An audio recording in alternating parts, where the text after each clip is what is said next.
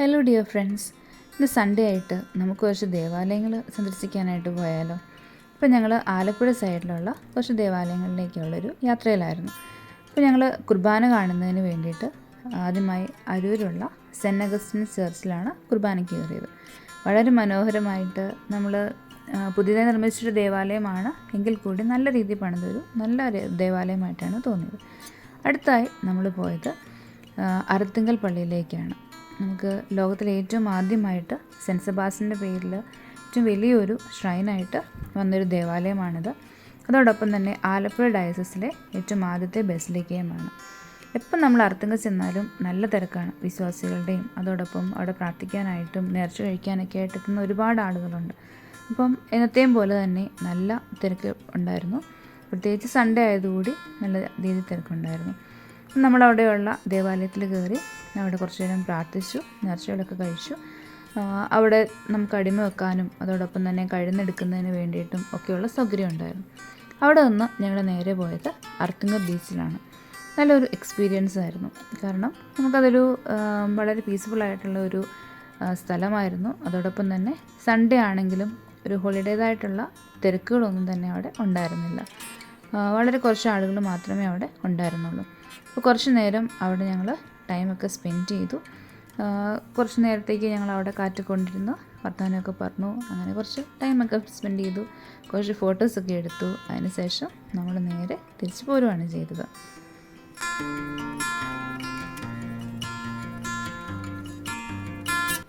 അടുത്തായി ഞങ്ങൾ പോയത് തൊട്ടടുത്തുള്ള തങ്കിപ്പള്ളിയിലേക്കാണ്. നമുക്ക് അർത്തുങ്കൽ കഴിഞ്ഞാൽ നമ്മൾ ആ പോകുന്ന പാതയിൽ തന്നെയുള്ള ഒരു പള്ളിയാണ് തങ്കിപ്പള്ളി.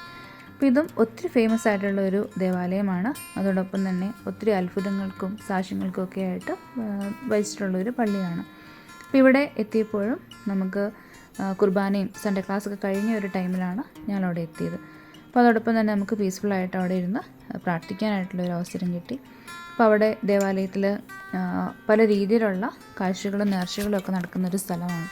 ഏറ്റവും പ്രത്യേകതയുള്ളത് ഈശോയുടെ ഒരു രൂപമാണ്. അപ്പോൾ ആ രൂപത്തിൽ നിന്ന് അതിൻ്റെ മുടി ഇങ്ങനെ വളർന്ന് വരുന്ന ഒരു ദേവാലയമാണ്. അപ്പോൾ നമ്മളത് പല സ്ഥലങ്ങളിലും ഈ അത്ഭുതത്തിന് എന്താണ് റീസൺ എന്നതിനെ പറ്റിയിട്ടൊക്കെ അന്വേഷണങ്ങൾ നടന്നിട്ടുണ്ട്. അല്ലെങ്കിൽ ആ രൂപം എവിടെ നിന്നാണ് നിർമ്മിച്ചു കൊണ്ടുവന്നത് എന്നതിനെ പറ്റിയിട്ടൊക്കെ പലതും പറയുന്നുണ്ട്. പക്ഷെ കൃത്യമായിട്ട് ആർക്കും ഉത്തരം പറയാൻ പറ്റിയിട്ടില്ല.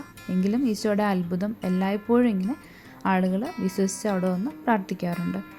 അടുത്തായി നമ്മൾ പോയത് തിരിച്ച് അരൂരടുത്തുള്ള ഒരു സെൻറ്റ് ആൻ്റണീസ് ചർച്ചിലാണ്. സെൻറ്റ് ആൻ്റണി ഓഫ് പാദുവ എന്ന് പറയുന്ന ഒരു ചർച്ചിലാണ് നമ്മൾ പോയത്. അപ്പോൾ അന്തോണീസ് പുണ്യാളൻ്റെ ഒരു തിരുനാളൊക്കെ ഉണ്ടായിരുന്നു ഈ അടുത്തായിട്ട്.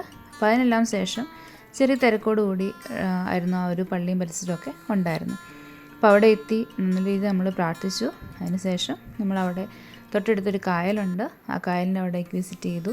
പിന്നെ യേശുവ പിതാവിൻ്റേതായിട്ടുള്ള ഒരു ഉറങ്ങിക്കിടക്കുന്ന യേശുവ പിതാവിൻ്റെ രൂപം എന്നുള്ളൊരു ഇതുണ്ടല്ലോ, ആ രൂപമൊക്കെ കണ്ടു. കുരുക്കഴിക്കുന്ന മാതാവിൻ്റെ രൂപം ഉണ്ടായിരുന്നു. അവിടെയൊക്കെ പ്രാർത്ഥിച്ചു. അതിനുശേഷമാണ് നമുക്കൊരു ഗസ്റ്റിനെ കിട്ടിയത്. ആ ഗസ്റ്റ് എന്ന് പറയുന്നത് ഫാദർ ബിബിനാണ്. നമ്മൾ ഇന്ത്യൻ വോയിസിൻ്റെ ഒരു സെലിബ്രേറ്റ് ചെയ്യുന്ന രീതിയിലൊക്കെ റീസെൻ്റായിട്ടൊക്കെ എല്ലാവരും കേട്ടിരുന്ന ഒരു ആളാണ് ഫാദർ ബിബിൻ. അപ്പം അച്ഛനുമായിട്ട് കുറച്ച് നേരം ഞങ്ങൾ സംസാരിച്ചു. അച്ഛന് വളരെ സന്തോഷമായി. ഇങ്ങനെ അച്ഛനെ കണ്ട് നമ്മൾ ആളുകൾ സംസാരിക്കുന്നതൊക്കെ വളരെ സന്തോഷമായി.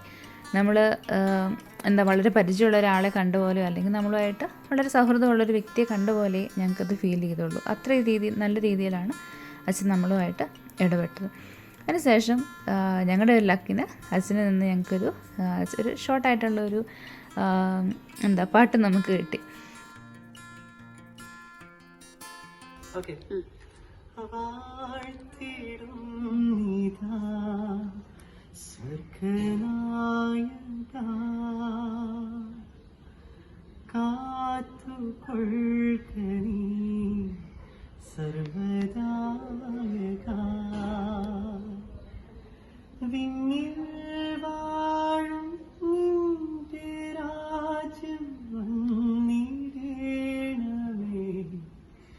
മധുരം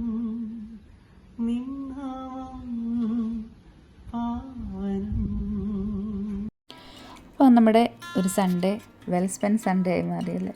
അപ്പം നല്ല രീതിയിൽ നമ്മൾ ദേവാലയങ്ങളിലൊക്കെ പോയി പ്രാർത്ഥിച്ചു. അതിനൊക്കെ ശേഷം നമ്മൾ തിരിച്ച് വീട്ടിലേക്കുള്ള വഴിയായിരുന്നു.